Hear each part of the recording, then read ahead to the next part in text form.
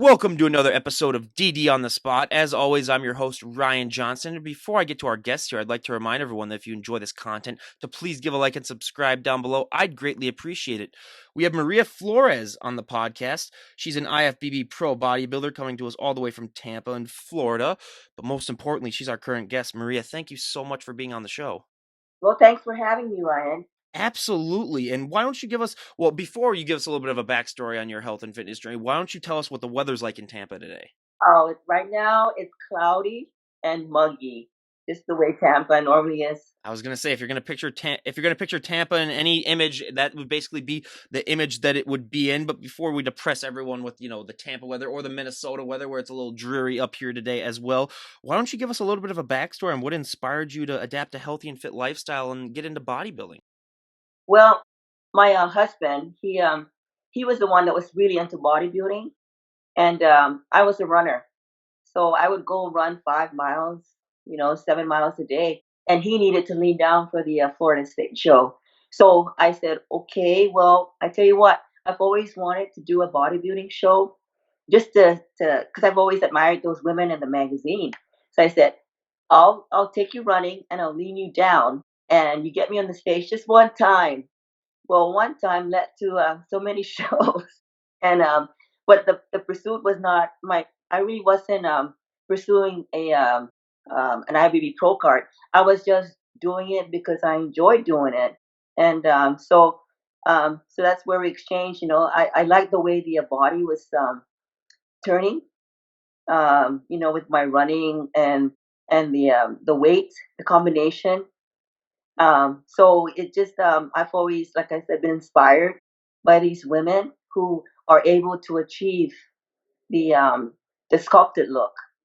And then from there I just kind of got hooked. And that's so awesome. And for anyone out there, why don't you just to knock everyone dead? Why don't you just tell everyone your age too as well? Well, I just turned 59, and I've like I said, I've always like the fact that a lot of people don't believe me. Some have carded me to make sure that I am really, I am 59. And I said, yeah, I am. I said, if you take care of your body, you kind of watch what you eat. You don't always have to eat clean all the time, but watch what you eat. Exercise. I think there's a little bit of genetics in play also. I was gonna say, but yeah, that is just absolutely ridiculous how she's that old. I mean, you don't even look a day over 25 with the way that I mean, Oh, thank you. it's You're so sweet. absolutely ridiculous. But when it comes to working out, I always love to ask, all my health and fitness guests. I mean, if you were to walk into a gym with 100 people, there's 100 different ways as to how those people got into shape, whether it comes down to their diet, their nutrition, how many reps they do, what exercises they do. I mean, so many little things add up to the overall package that people end up seeing. What was that experience like for you? Because I always say if you were to walk up to someone and say, "Hey, what'd you train for this body part? It looks amazing." What works best for them might not work as good for you. And it's also, I mean, just that struggle of finding out what exercises and what results work best for you. What was that experience like? Well, not everybody's the same. Not everybody's in the same um, uh, what do you call it? Um, Fitness mode. See, one might work for someone, might not work for the other, and so do what's right for you. You know, uh, Sometimes they say that, oh, that's not right. You're not exercising your body part the right way. But you know what? If you get into the groove and you feel that the muscles are working and contracting it, so what if it looks silly and maybe some people may say stupid? If it works, you try to find your groove. So sometimes like I said, if someone tells you, oh, that's the wrong way of doing it, just say, okay, thank you. But I tell you what, I'm willing to try whatever someone's trying to teach me. I'm always trying to learn.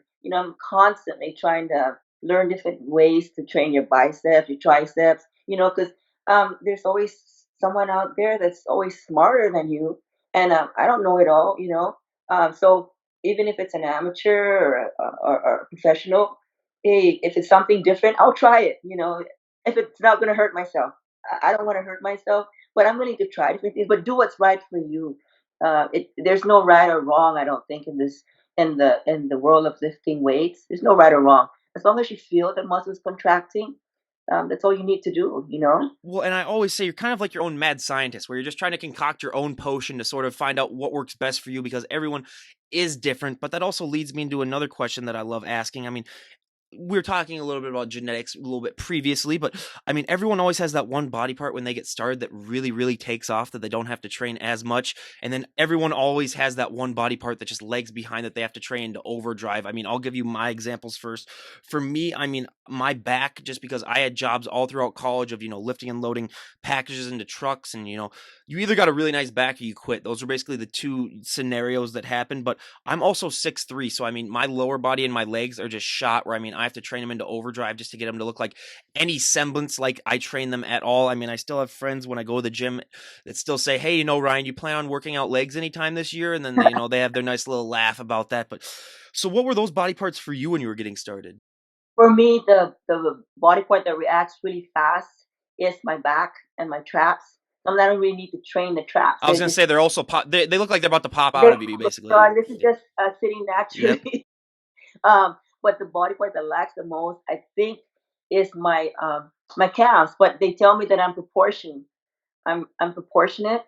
So, but I think it's just a mental thing for me. I see my calves and my abs. I don't think I have the genetic. I mean, I train my abs, but not to the point where I go ridiculous with it because what they say about abs being made in the kitchen. It's true, but you still have to train your core. But I think like standing on stage, I always worry about the ab shot. So much, hey, are my abs popping? I think that's my weakness. So it doesn't matter what I do. I'm lean down, but they're just not like I see so many with I mean, their abs are so pronounced, and I'm so impressed with it. But that's my weakness there. But my everything else seems to pop. My back pops, you know, relatively fast. I have all those what I call bubbles, and my legs they've grown. So those are my legs. I think are my weakness. But like I said, they said don't worry about it. You worry too much. But I'm my worst critic. I'm very hard on myself. People say, "Oh, Maria, don't worry about it. You're proportionate. Everything's there." But you're always trying to improve. But yeah, my back, arms are very easy for me to train. Also, We can see that too, obviously. But have you always had big traps, like ever since even before you were lifting, or was that just something that just all of a sudden just popped out? I think what it is when I was younger, when I thought I was exercising wrong. I always thought that that movement where you go up, I thought I was training my triceps. But in actuality, it was my traps. I didn't know any better way back when. I was just doing this because oh my arms look so nice when I was doing it, but it was actually my traps. But a lot of people say, well, that's a part of his genetics, which might be true. But so I don't really train. I still train the traps now because a lot of people say you got to keep them traps. But I train it maybe I do several shrugs, and that's about it. They pop anyway. They just automatically pop. But yeah. Yeah, and that's so awesome. And I always say calves for me too are probably my biggest problem. Where I mean, I'm one of those people where I mean, I could inject pure muscle into my calves, and they wouldn't gain an ounce. I mean, just genetically, I don't know what's going on there, but yeah, it's for me. I think calves are definitely just a huge genetic part as well. But how long into working out and really getting in shape for a bodybuilding show before you finally were able to do one? How long was that process? Well, right now, to train for my first show, I took maybe what 8 weeks. That's when I didn't know any better. Now I take longer than that. I actually started for this year. I started back in December. So I started in December, and I already looked pretty good by May, June. I was walking around already, all shredded. So you wanna be ready to get ready. Because it's a lot. It takes longer, I think, when you're older. I try not to also get really heavy during what they call the off season, even though for bodybuilders there really is no off season. I don't want to use that off season excuse to get fat. So I try to eat pretty clean. And like I said, not all the time. I don't suffer when I get ready for a show. Actually, I've learned how to cook my food where I don't like. I hate it. My first bodybuilding show, I hated it because I couldn't salt the food. Yeah, I didn't know it. I didn't soul food, so I would burn it in the microwave just to get that taste. Seriously. And at work, I was in the army back then, so they know when I'm getting ready to eat again because they smell this burnt food and say, "Storm Flores, getting ready to eat again." So, but that was the only way to get the taste, for me to eat it. But now I know salt's actually good for you. Salt's good for you. So you gotta find ways when you're prepping for a show, and you don't want to also prep too short of a time. Everybody's different. I took a longer prep, this time around, but I'm finding now that I probably only would need 16 weeks versus 21, 22 weeks out. Because I was just right now I've been dieting for so long. This would be what going on 8 months that I've been dieting. But the beauty about it is every Saturday I get to go a refeed, so I get to eat my cheeseburger or my steak and the fries, but I bake it. I still eat clean because the steak I make sure that I take out all the fat. The burger is like 97% lean, so it's still to me it's still a cheat, but it's a clean refeed, So once a week I get that. So I'm not really totally like suffering. Like some people, they're miserable. So I'm not miserable. If you look at me, I'm not really gaunt. I feel healthy. So you just have to find that diet that works for you. That's one thing that I've heard a lot too is, I mean, yeah, just find what works best for you. But being that you were in the army, and the army, I mean, is a very disciplined lifestyle, and so is bodybuilding. Do you think that that background in the army really helped you out when it comes to your preps, just to help maintain that discipline that's required? Oh, I think so. The focus, the discipline, the mentality. You're driven. You know what you need to do in order for you to achieve that. So that's very to me. The army really, my background in the military has really helped me to focus more because, for one thing, you don't really want to let anyone down. Anyone, meaning like my friends, my husband, my family. So I don't want to cheat myself. I don't. You don't cheat. Some people cheat. I don't. I don't. I'm very focused. I know what I need to do. On what I need to do to accomplish that. It's like a mission for me. So it's I don't find it hard prepping. They say that I'm crazy, but it keeps me focused. Really, if you find that groove, it keeps me mentally focused. Now, it's not good to continually stay on a diet all year round. It really is not. It's not healthy at all.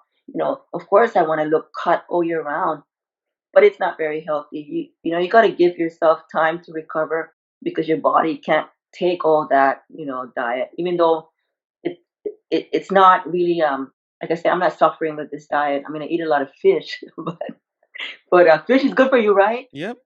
We going up in Minnesota, the land of 10,000 lakes. I have walleye and salmon all the time. So yeah, I totally get that. Yep. Wow. Yep.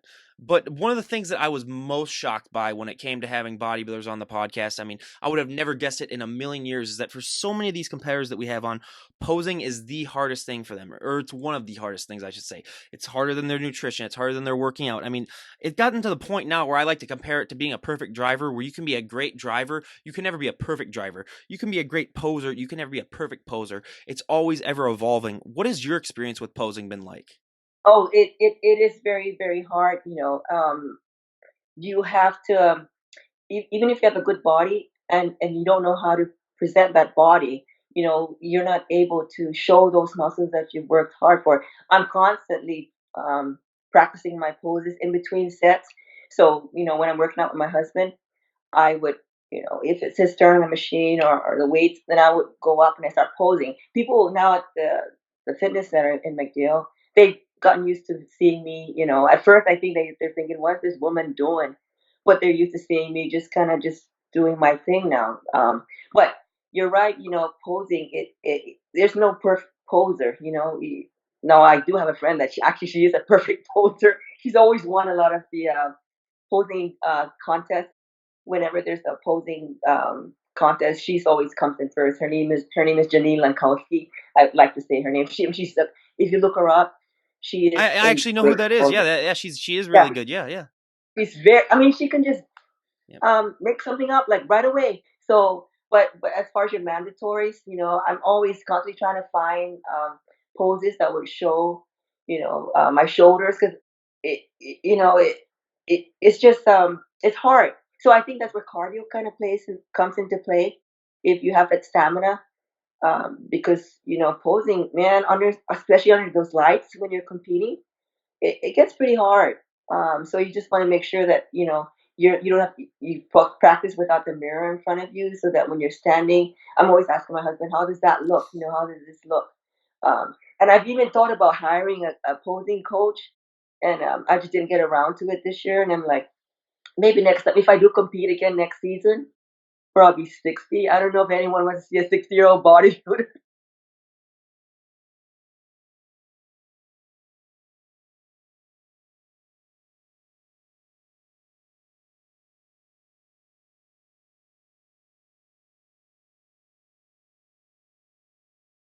I keep thinking that. The way that your body looks, are you kidding me, man? You could stay in this until you're 90. Are you kidding me? Yeah, so it's like, maybe I keep saying I'm not gonna do it, next year, but a lot of people saying, Em, you keep improving every year, you keep improving, and I know I'm very realistic, Ryan. I know I will never come in first place in these shows. I mean, these girls are they're phenomenal. They're just so big, you know, they're so big. They're just much younger, and but just to stand on stage with them when the likes of Hill Trevino, Janine Lankowski, Pauline Nelson, Sylvia Mata, all these girls that I've always idolized them, but to stand next to them instead of lining them up. I used to line these girls up because I would work these bodybuilding shows with Tim Gardner. I would line these girls up. Who'd ever thought that I would be standing in line with them this time around? I mean, I'm always in awe every time I get on that stage. That's why um, even though I don't win, and sometimes my placing is low, or I place okay, it's the thought that standing next to these women who I've admired so much, who I continue to admire their dedication, their hard work, their ethics. I'm in awe. I'm happy. I feel blessed. Because I don't feel disappointed because they some people they're like, don't you feel like bad? And or they feel bad for me when I tell them, oh, I just placed 15 or I placed 12. They don't you feel bad? Or they don't know what to say next to me. After I tell them, I said, you know what? Try getting on stage with the top women in the world, and you know exactly how I feel about standing on stage with these women, because to me, I feel I'm already a winner. But to stand next to these women, man, I tell you, it's the greatest high, believe it or not. I always say just to be able to walk on that stage, that's a victory in and of itself, and that should be enough affirmation just for anyone, just because of the journey that it takes that I don't think the general public realizes. But out of your mandatory poses, what is your favorite one to do, and what is your least favorite one to do? My favorite one is back double bicep, because my back is truly, I think, my best feature, and my biceps are pretty good. Standing next to these big girls, I can actually hold my own. Give us a bicep flex real quick. Let's see those guns. Yeah. Okay. Yeah. Yeah. She's definitely got it. Yeah. Yeah, but the back is just Yeah. all the bubbles. But my worst is like I said, my ab shot. I hate it when they say ab shot. The ab and thighs. I'm Mm-hmm. like, oh man. So I'm trying to find ways where it will actually pop because it's there. It's just presenting it. And so if they can do away with that ab shot part, hey, I won't be disappointed. That is the one pose that we get all the time, and I always just think, yeah, it's just a weird pose. I mean, it's just it's kind of hard to make it look natural. It's kind of one of those where it looks so forced, kind of all the time. Where, yeah, that's one pose. It is hard because you have to really push it like like this is kind of weird to say, but you have to push it like you're going to the bathroom. Yep. You know, push it out, and that's kind of hard for me to do. I try it and I'm like, man. But before I knew how to do it, actually, I would I would just kind of like hold my breath, just so that my abs would just show. But that's not how you do it. I was I was trying to hold it so the abs would pop, but that wasn't it, right? But no, I know how to do it now. It's just I wish it just like so pronounced, just I wish and it's not because I'm not lean, because I'm very lean. It's just not one of my best features. No, yeah, and it's I mean, just like with everyone's genetics, everyone's got different things. But one thing that I love to talk about that we talked about a little bit before we started recording is, I mean, I'm one of the palest people you'll ever meet in your entire life. I mean, I got to put an SPF of 1 million on if I go outside in the sun. Otherwise, my thick Norwegian skin, I get burnt to an absolute crisp. Whether or not it's super sunny out or not. But so I've never been tan a day in my life. But bodybuilders get to get tan. What is that experience and what is that feeling like for you when you get that tan on? Because we hear so many stories about how like you see muscles pop out that you never even knew that you had. Everything really seems to be a lot more pronounced. What is that experience like? Actually, um, when you get tan, you want to have a base tan. For me, I don't need that because I'm, just I'm just brown. But so you go into this tanning booth, right? And it's so cold. It's so cold. But I tell you what, it does make your muscles pop on stage. Sometimes it can get too dark also, where it kind of hides it.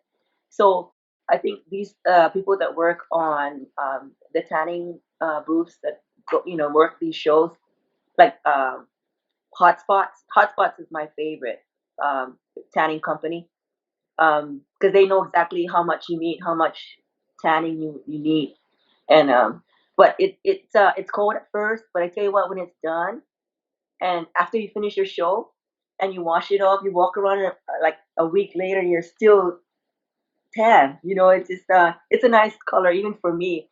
I like the experience. You should try it.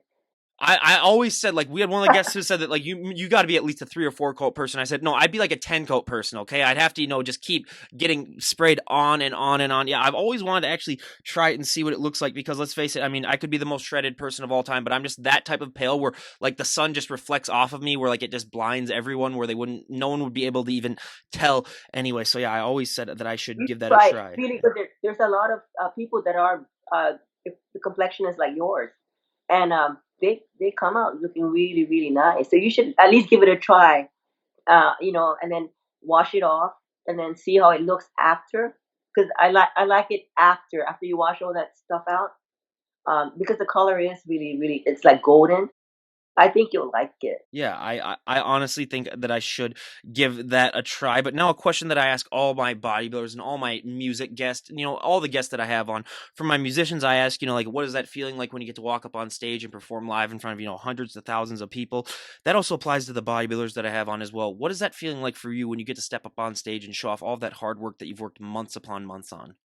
Well, if you know that you did all your work, you did everything you possibly can, and you know that you look great, then you feel all this confidence. You're smiling, all that.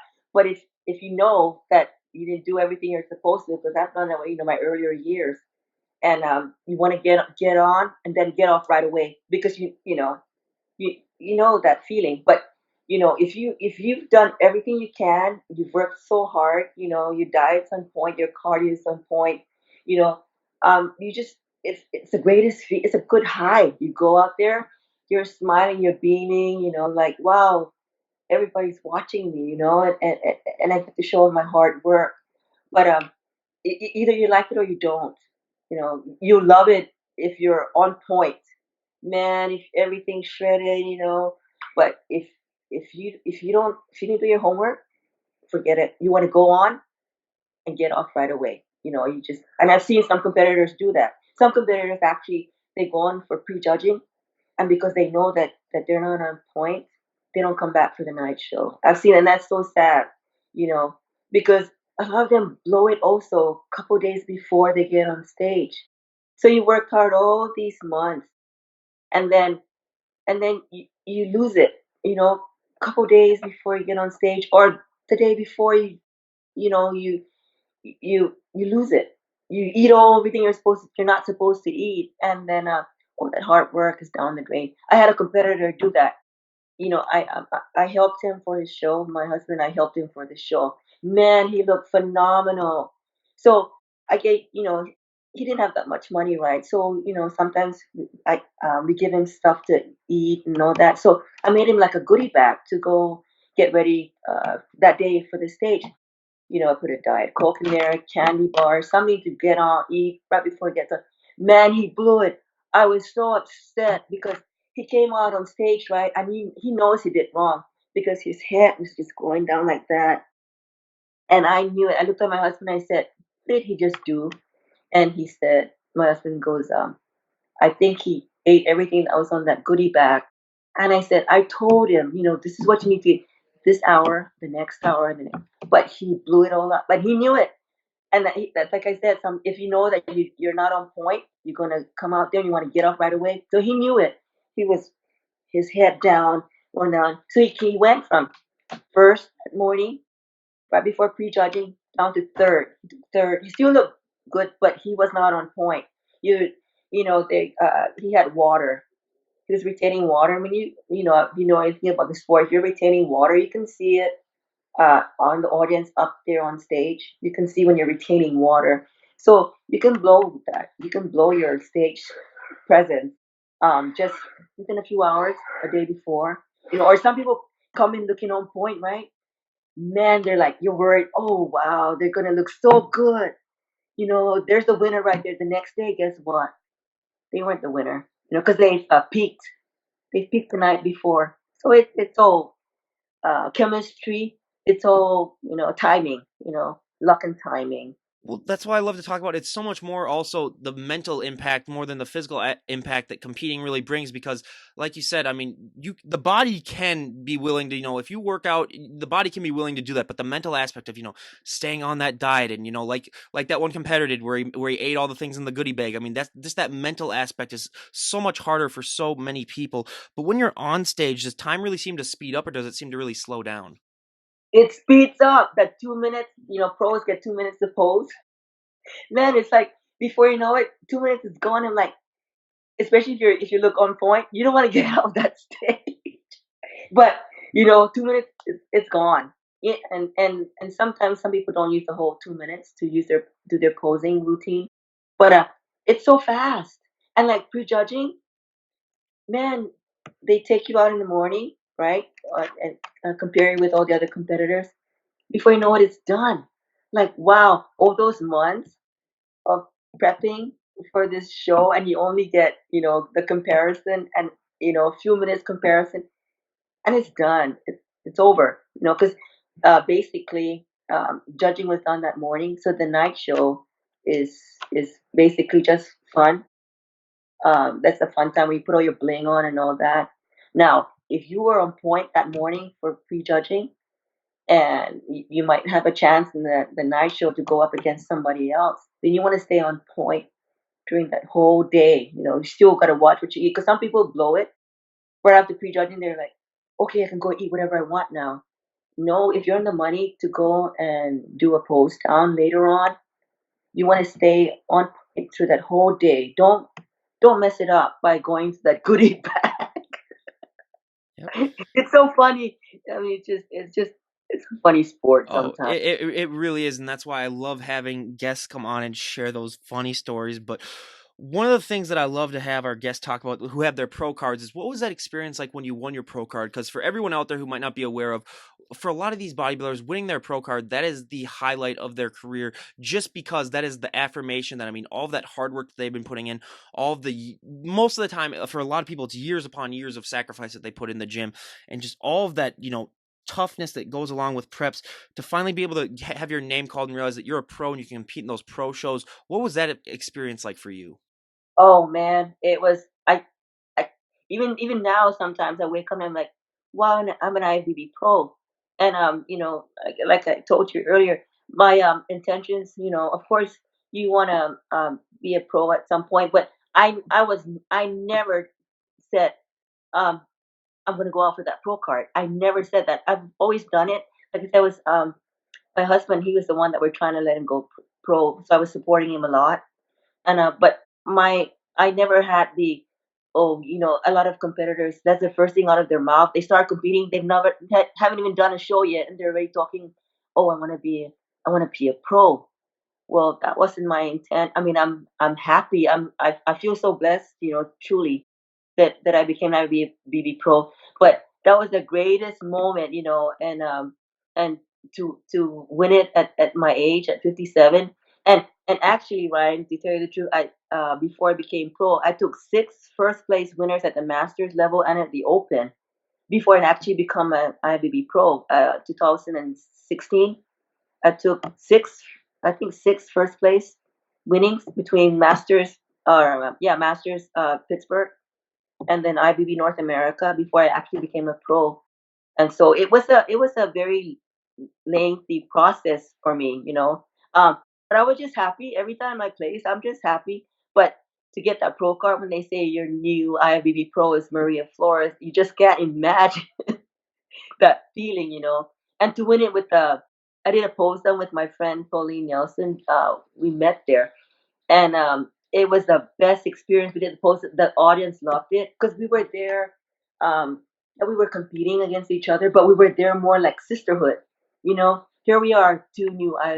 We just we're out there doing our thing. We're giving the audience a show, and it was the greatest feeling. You know, when they announced me, and she gave me a big hug. We were out there, and my husband, you know, he was just because he feels, you know, like if anyone deserves it, it would be me because I've worked so hard, you know.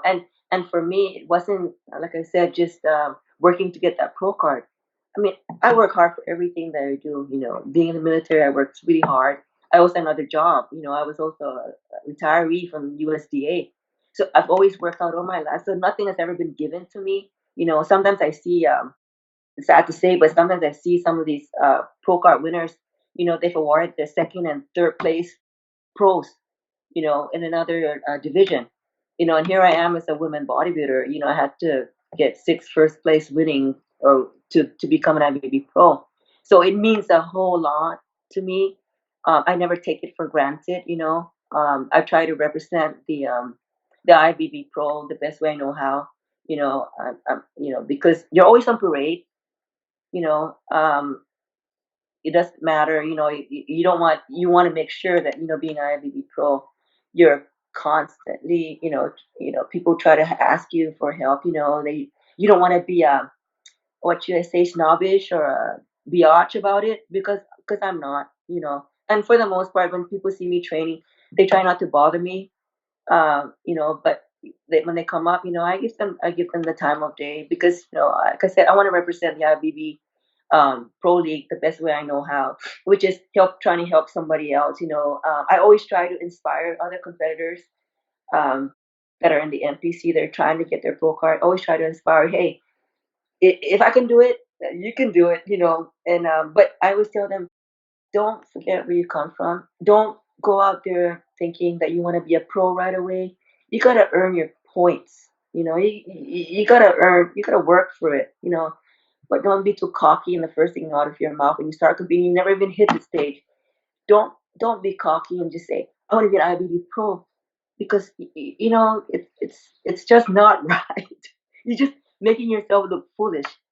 You know, I mean, yeah, I couldn't agree with you more on all of that stuff. I mean, it's just, yeah, with all these things that happen in the sport, I mean, with people getting pro cards that, I mean, might not have deserved it. Yeah, believe me, we've heard dozens of stories like that as well. But a thing that I love to talk about that isn't really talked about as much is the fact that a lot of people don't realize, well, we talked about it a little bit before, is that a lot of people don't realize that that look that you guys present on stage, that is not a sustainable look. You're not going to be able to look that way no, 365 days out of the year. And I think one of the problems is, especially with shows like Biggest Loser, where, I mean, people go on this weight loss show and they lose, you know, like 150 pounds, and sometimes they're able to keep that weight off. A lot of people see those shows and then they just think that when they look at bodybuilders, oh, they've worked even harder than these people, and, you know, they must be able to maintain that lean look. A lot of people don't realize, you know, the manipulation that you guys have done basically to your body, especially in the last few weeks when we're talking about like taking out water and just the very restrictive diet. But what was that experience like for you when you first realized that, you know, like, hey, this look that I'm trying to maintain, or this look that I'm trying to present on stage, I'm not going to be able to maintain that? And how has it evolved as your career has gone on? well, you know what? It messes with your mind actually, because you know, of course, I want to look cut all the time, but it's not healthy. You just can't do it. You know, you want to be able to build your muscles, so you want your muscles to get the food back in. You know, get it to where you're gonna be able to lift. You know, like right now. I can't lift as heavy as I can when I was a little bit heavier. But it's just you can't sustain the look. I don't care. Maybe some people can. I can't, and I don't choose to. It's not healthy at all.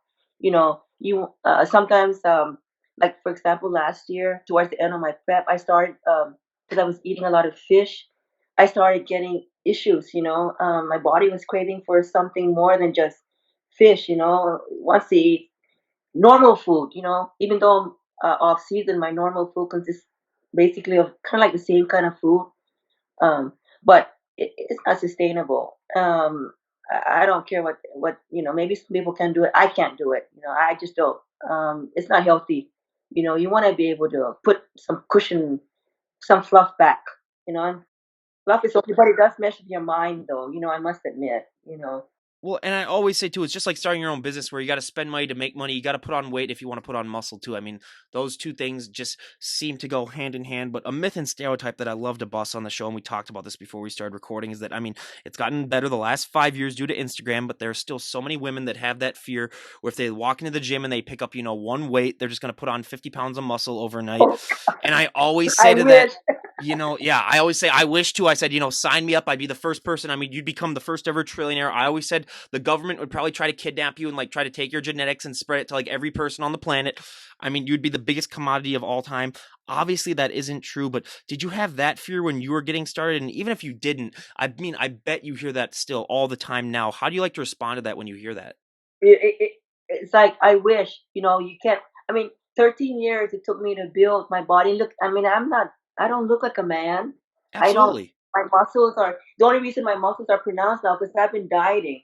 I've been dieting for what since December. So of course, the carbs are down and all that. My I'm more cut because you want to be cut on stage, but you're not going to look like I mean, if I don't have to lift that much weight to get bigger, I would. But you need to eat. It's not. Some people like my look, and some people don't. Some women they're like, oh, I don't want to look like you. And I'm looking at. So you know what I did? I told this one girl. I said, don't worry, you never look like me. She just like, wow. And then some lady, she told her husband, ew. And so I heard it. I said, ew, ew, what? Ew, because I'm not fat like you. It really pissed me off, and I shouldn't have said that, but it really did piss me off because you know, to each his own. If you don't like it, that's fine. But her husband came over and apologized to me, and her husband said, you really, really look good. Pardon my wife. She just doesn't know any better. I said it's okay, but she really should keep it to herself because I really worked hard for this body, and it's her problem if she doesn't want to work as hard. But to each his own. If you don't like my look, that's fine. Well, absolutely. And I always love to tell the story of like, when I was in college, I had a friend who saw, that I was getting bigger and stronger. And she came up to me and she said, like, I see that you're making all these changes and I want to go to the gym too, but I'm just afraid that I'm going to get too bulky. And I told her, look, the amount of weight that you're carrying in your purse when we go out to clubs, when we go out to get something to eat, she had a very heavy purse. I do not know what was in that thing. It was like at least 20 pounds. And I told her, you were lugging that thing around 24/7 and you're not gaining an ounce of muscle. And she said, oh, yeah, you're right. I guess that's true. So then she went to the gym and then she, realized that obviously you're not going to just magically overnight. And like I say, anyone out there, if that does happen to you though, give me a call because I'd be more than willing to, talk to you and to pick your brain. But Yeah. another question that I like to add on top of that is that, I think this thing impacts women, I think, so much more positively than men does when it comes to working out is just the confidence boost that it gives you. I mean, we've heard so many stories on this podcast of women who, they've made, life-changing decisions or it just really helped them better their lives, just that confidence boost that you get from working out. How have you taken that confidence boost that you get from working out and use that to impact all other aspects of your life? Because I always say that is the one thing that working out can do for you when it comes to impacting every single aspect of your life. It it gives you this um just it just makes you feel good. You feel like I used to be kind of a little bit shy. I still am sort of. I mean, you can't really tell from from our little conversations here, And from the but fact that you pose on a stage too in front of yeah, everyone. yeah, yeah. but it gives you that self-confidence, um, you walk into the gym now, I don't want to say this, but people kind of stop and stare. And it also motivates some of these other people because I find sometimes, believe it or not, they're following me and my husband to see what we're doing. So in a way, you're kind of teaching them also because they want to see, well, how does she look like that? And so after we're all done, I'm sitting there sometimes eating my meal or just sit, on the bench. So they'll come up and they say, so how long did it take you to look like that? I'm like, believe it or not, I've been working out. I've been running all my life, in the army and all that. But I've been working out for 13 years, to build this body. And I said, but it gives you that confidence. It makes you feel good, wow, I can do this. I can do this. I can see the changes that I'm making, and every year that I compete and I get ready for a show, that there's different changes that I see in my body, and it doesn't have to be dramatic, but as long as you see improvement, it just builds your confidence that you're doing something right. You walk in, you feel confident. Hey, oh, look at me. No, just kidding. Oh, you kidding me? If I looked like that, I'd be doing that all the time. I'd just be like, I'd have a mirror. My whole entire house would just be one big mirror then where I could just look around the entire time. No, yeah, but But yeah, it just feels good. That you carry yourself well. And I don't care what they say. People do like to talk to you. You know, because of sometimes the way you look, which is kind of sad. You should talk to anybody just because, you know, if I get heavier, will you talk to me? But people do like to talk to someone that's been through the diet, the training, because they want to know how can you do that, and I've been asked if I can train them, and I said, right now I'm just prepping for my show. I don't really have time because if I'm going to help somebody, I want to make sure that I have time to dedicate myself to them. And because I'm training for a show, I don't really have time to dedicate to myself. But I'll give them pointers, and it's funny because I would give them, a little bit of how I eat, my diet, and all that. But they'll follow it for a couple of days, and then they stop, and I'm like, um, I feel like I'm wasting my time, but it's okay, it's on them, But I try to help, or they show me different. They say, would this work if they're doing a movement, and I know darn well if they're doing it. I mean, there's no right or wrong, but if they're really like doing it wrong, the point where it's not really helping them, the muscles are not contracting, then I kind of stop. But they really appreciate that, that I'm able to like stop what I'm doing and go over there and just give them a little bit of pointers, And I would say, take what you can. If this is how I do it. If you want to do it that way, fine. But you know, try it. You don't know until you try it. Just like me, I'll try things from somebody else. Someone's teaching me something. Hey, I'm always learning. It's always a learning sport. yeah, absolutely. And for those of you who don't know, she's also a grandma, basically. So she's Yes. the bodybuilding grandma. So how important is it for you too to maintain, just this lifestyle, just to be able to provide as a motivation for your family? Because I mean, for so many people, I've had some health and fitness specialists come on who were talking about, how important it is for like the obesity crisis, where, if you have that positive role model, it can be so much easier for people to, get into a healthy lifestyle or to maintain a healthy lifestyle. I mean, it's been proven that, if you have healthy and fit parents, the kid is vastly more likely to follow a healthy and fit lifestyle throughout their life. How important for you too is this journey to also help portray that positive image, like you were talking about when it comes to helping out people in the gym, but also just to be able to set that as a role model for your family to say like, hey, you can achieve things if you really set your mind to it and you really push hard. Well, being a grandma, my granddaughters, they're just like they love introducing me to their friends because I'm not your typical grandma. And they run up to me, grandma, and then their friends like, that's your grandma, and it's like, yeah, that's my grandma. So it helps them also with their my one, the older one, she dances, and so she's like, grandma, my calves are getting big. I'm starting to get muscle, you know. So it's very important that I stay pretty healthy. My son, daughter-in-law, they're kind of into it also. they work a lot right now, so they kind of put it on hold. But for a while, they're really um, going to the gym, and their lifestyle changed a little bit, from doing nothing to doing something, watching what they eat, and so it's very important for me to kind of maintain. Like I said, I won't look cut all the time, but at least maintain my health and fitness. Where I go to the gym, I eat healthy, and my husband does it too. So I've been dieting him as well. He went from 270s down to 240. Yeah. So he started his diet in January, but I tell him this is how I do it. Here, eat it. I put it. It's so easy. Eat it, and then but his diet is not as hard as mine. He gets more. He's 6 foot, so I give him more carbs, and he doesn't have to do the cardio every single day. But it's important to maintain that lifestyle. He and I do, but it feels good. Yep. Two questions that I love to ask our guests before we get wrapping things up here. For the first question, I mean, for me, there's so many positive things that happen, with working out and getting bigger and stronger. But the one negative thing for me is that you're going to get asked to move a lot of people's furniture.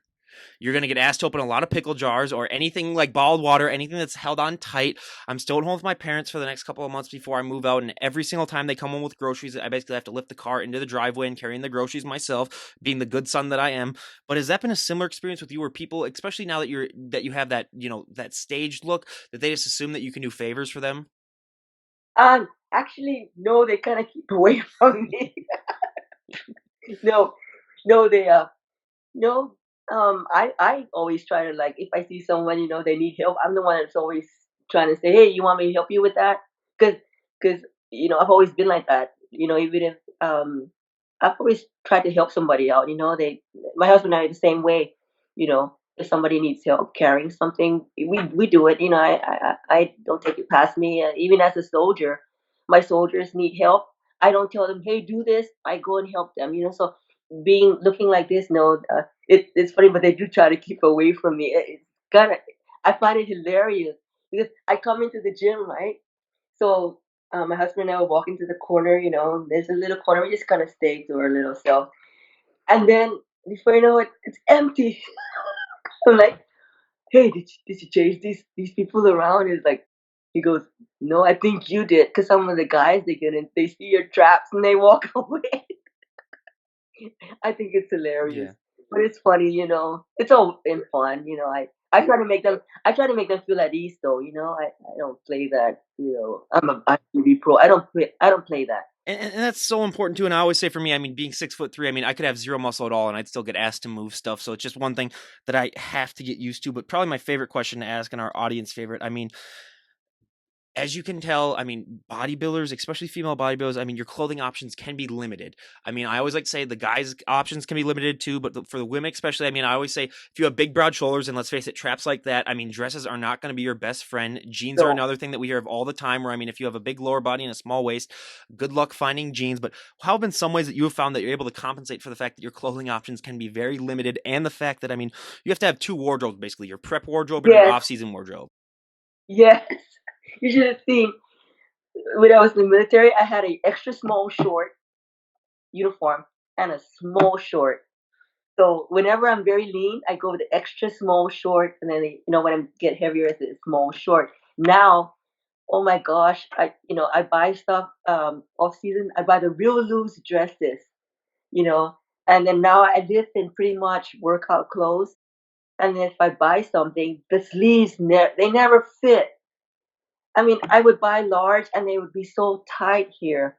But you know what? It's okay. Um, I don't I don't go out anyway. I don't go out a lot. And if I do, I like I said, I buy those dresses that are really long and big, and I do have a hard time with, yeah, just the fit. But you know what? I don't care. Yeah. It's just Hey, it's good. you work hard to have that look, and it's like, yeah, totally. I mean, it's like, yeah, if they can't make something for you, then I mean, it's just ridiculous. And I always said I had two fashion guys on. And I told them, I said, get on making something then for fit people because I mean, I've had all these guests on that really want. I mean, I mean, just to build something or make something for them. I mean, that would be just huge. But now a question that I love to ask because it's been a training technique that I think a lot of people swear by that have been on this podcast is time under tension.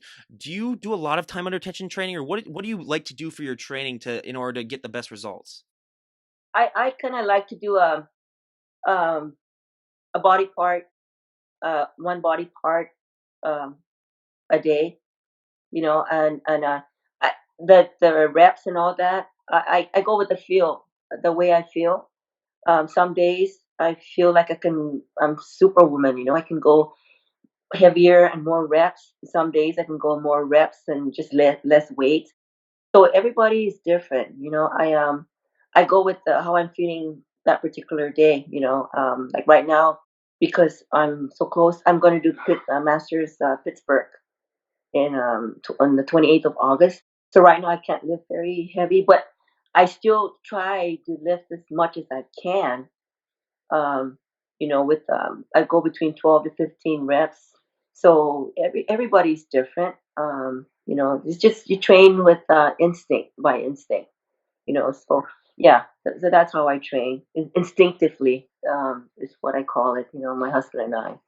I honestly do sort of like the same thing that too. It really just depends on what I'm feeling like that day. Where it's like, hey, if I think I can do 8 reps out of this as opposed to 10, or if I feel like I can only do like Yeah. 6, yeah, that really helps too. Help prevent injury too, because you see so many people then that they might, just doing that one extra rep, could be just the huge difference between that.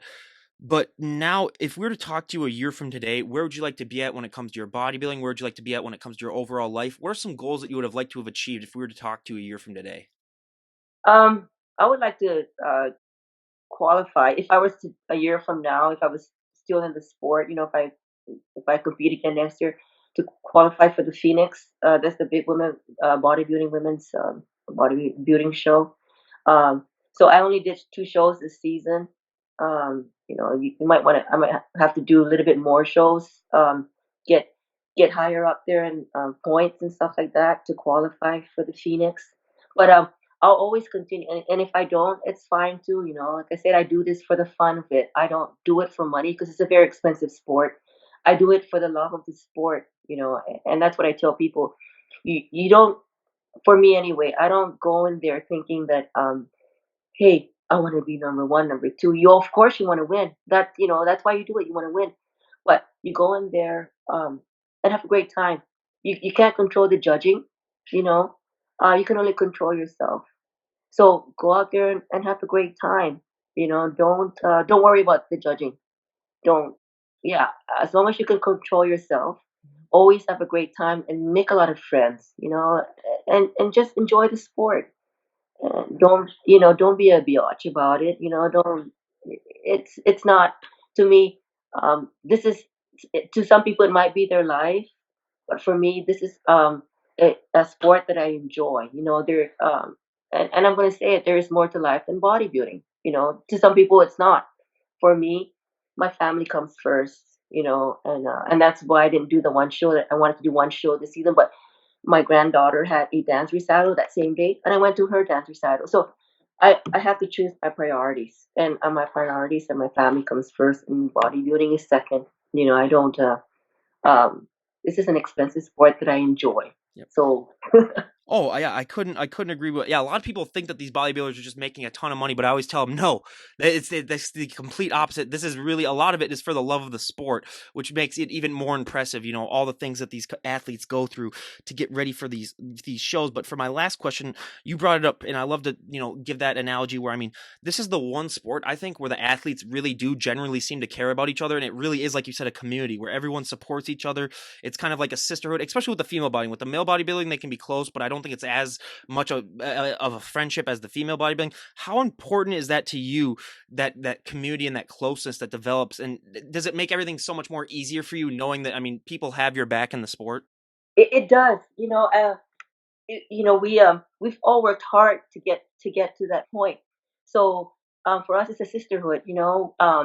you go back there, getting ready to go on stage, they start taking selfies and stuff like that, and just you know, uh, sitting down there and offering, hey, you want this rice cake? You want this? And it's such a camaraderie that it just makes you feel good, that you're actually with your sisters at Iron, you know. So um, it's a nice, it's kind of like a club, it's a nice club to belong to, because not everybody can get into that club, but once you're in that club, everybody kind of embraces each other, and it is a competition, but everybody knows, you know, they've all worked hard for it, and you bring what you bring. So it's a nice bodybuilding community. It's the sister Iron Sisters, the Wings of Strength. My Iron Sisters, they're always there to support, and everybody looks so great. I just can't, like I said, I'm always in awe seeing these women, and I'm still in awe when I see them. I'm next to them, sitting there taking selfies with them, you know. So it's fun. I enjoy it. Absolutely. Now, lastly, is there anyone that you'd like to give a shout out to? Well, I like to give, of course, to my Yep. husband, my son, my granddaughters, Malia Kalani, my daughter-in-law, Chris. Um, a good friend, I don't know if you ever heard of him, Tim Gardner. Yep. He's big in the bodybuilding Hmm. community. Jake Woods and the Wings of Strength. I thank Jake Woods and the Wings of Strength for bringing the female bodybuilding, because it almost went away. They were trying to kick it out, take it out of the sport, but I think it's coming back. Maybe, hopefully, it'll be back into the Olympia next week. And I want to thank my good friend Marion Lipsinick and his wife Sandra. Um, he's my nutrition coach. I can't really do it. I took my pro card, and he was the one that kind of brought me to the way I looked to get my pro card back in 2 years ago. So he's still with me. I'm still with him, and he's just a good friend. He's an IBB pro as well, but he has always had my back. So I want to thank him and all my sisters at Iron.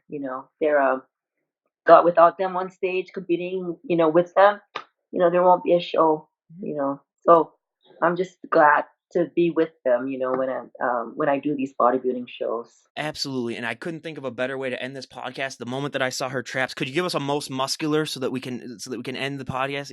Look at, okay, that's not even everyone. She's 59 years old. Are you kidding me? That's ridiculous. Here, give us one more here. We didn't get it that good of a good God, everyone. That's just Yeah. ridiculous. Look at that. All right, everyone. I mean, I already embarrassed everyone way too much. So, all right, Maria Flores. Again, we cannot thank you enough for coming on the podcast and sharing your journey. I love having our guests come on, share their stories and just realize that, bodybuilders, I mean, they're just normal people too. That just have a hell of a lot more dedication than the average person. I mean, like you said, you might get stares sometimes when you're walking down the street, but just to realize you're just a normal average person who works out a lot. And I mean, it's just so important to really, I think, honor that drive and that dedication that you guys have, because not too many people have that about a lot of things these days. So that's why I love to have our bodybuilders come on and share their stories. But again, we cannot thank you enough for coming on. It was great to talk to you. Well, I appreciate you having me. I'm just glad we were able to do Yeah. this. So, anyways, it's nice chatting with you, Ryan. You have a great weekend. Absolutely. You as well. And for everyone, this is Ryan Johnson, DD on the spot, signing out. Have a great day, everyone.